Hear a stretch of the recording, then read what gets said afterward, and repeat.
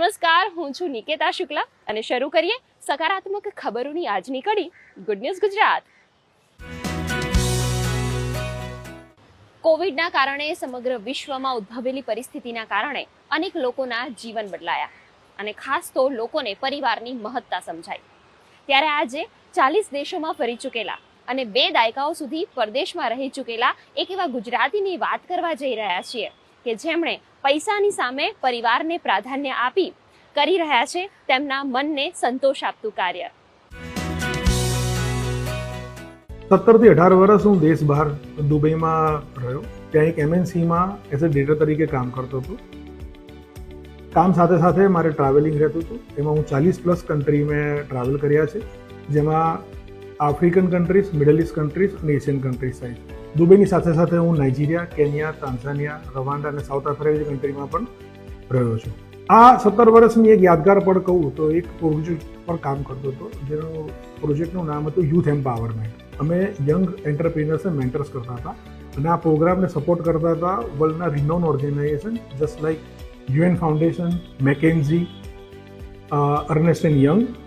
અને આ પ્રોગ્રામ દુનિયાના ઘણા દેશોના પ્રેસિડેન્ટે લોન્ચ કર્યો.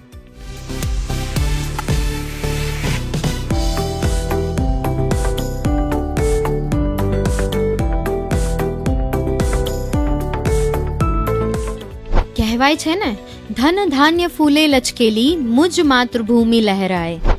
બસ એવું જ કંઈક થયું અમદાવાદમાં જન્મેલા અને વિશ્વના સુંદર અને સમૃદ્ધ શહેરોમાંનું એક એવા દુબઈને પોતાની કર્મભૂમિ બનાવી ચૂકેલા હેતલભાઈ શાહ સાથે. તેઓ પરદેશમાં અવિરત સફળતાના શિખરો સર કરી રહ્યા હતા અને જીવી રહ્યા હતા વૈભવશાળી જીવન.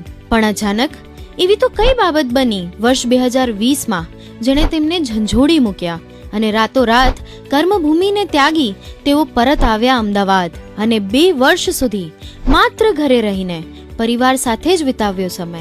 દરેકનું જીવન 2 પરિબળ પર ચાલતું હોય. એક છે પૈસો અને એક છે પરિવાર. પૈસાનું વજન ઘણીવાર એટલું બધું હોય કે જ્યારે એમાં પરિવાર પાછળ છૂટી જતો હોય. કોવિડ એક એવી પલ હતી જ્યારે ભલભલા પૈસાવાળી વ્યક્તિને પણ પોતાનો પરિવાર યાદ આવ્યો અને એમને પ્રાધાન્ય આપ્યું કે એમનું આગલું જીવન એ પોતાના પરિવાર સાથે કાઢવા માંગે છે. એવું કહે છે ને કે નસીબમાં લખ્યું હોય અને સાચી ભાવનાથી તમે કંઈક વસ્તુની પ્રાર્થના કરી હોય તો ભગવાન તમને આપે છે.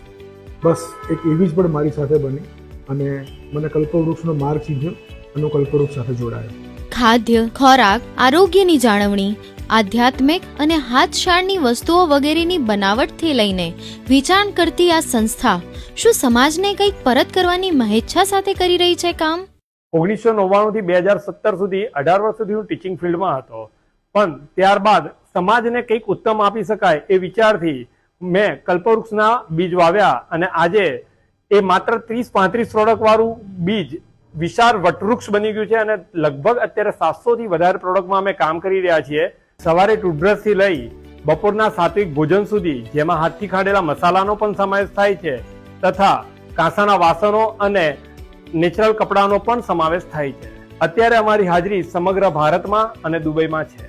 મારું અહીંયા મેઇન ફોકસ વેલનેસ પ્રોડક્ટના ડેવલપમેન્ટનું છે, જેમાં હું ઋતુ પ્રમાણે નેચરલ, હર્બલ અને આયુર્વેદિક પ્રોડક્ટ્સનું ડેવલપમેન્ટ કરું છું. અમે રિસન્ટલી પંજાબમાં કોસ્મેટિક મેન્યુફેક્ચરિંગ યુનિટ છે જેમાં ભાગીદાર બન્યા છે, જેમાં મારી સાથે બીજી 3 મહિલાઓ જોડાયેલી છે જે સંપૂર્ણપણે વુમન ઓન છે.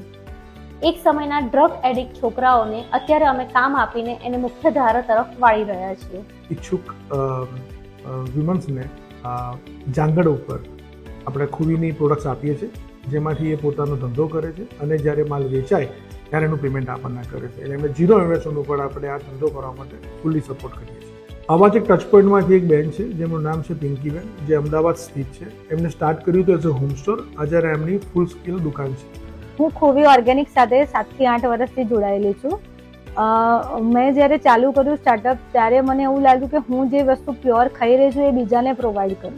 એટલે મને ઈચ્છા થઈ એટલે મેં ઘરેથી સ્ટાર્ટઅપ કર્યું અને 3 થી 4 વર્ષ સુધી ઘરેથી સ્ટાર્ટઅપ કર્યા પછી મને એવું મારું પોતાનું સપનું એક હતું કે હું દુકાન કરું. એટલે મેં છેલ્લા 4 વર્ષથી દુકાન કરી અને એટલો એ લોકોનો એટલો સપોર્ટ હતો કે એમણે બહુ જ સાથ આપ્યો અમને કે અમારું પેમેન્ટ બી ક્યારે અમે અમારી અનુકૂળતાએ આપીએ પણ એમણે માંગ્યું નથી અમારી જોડે. શક્તિ સાથે આવે છે મોટી જવાબદારી.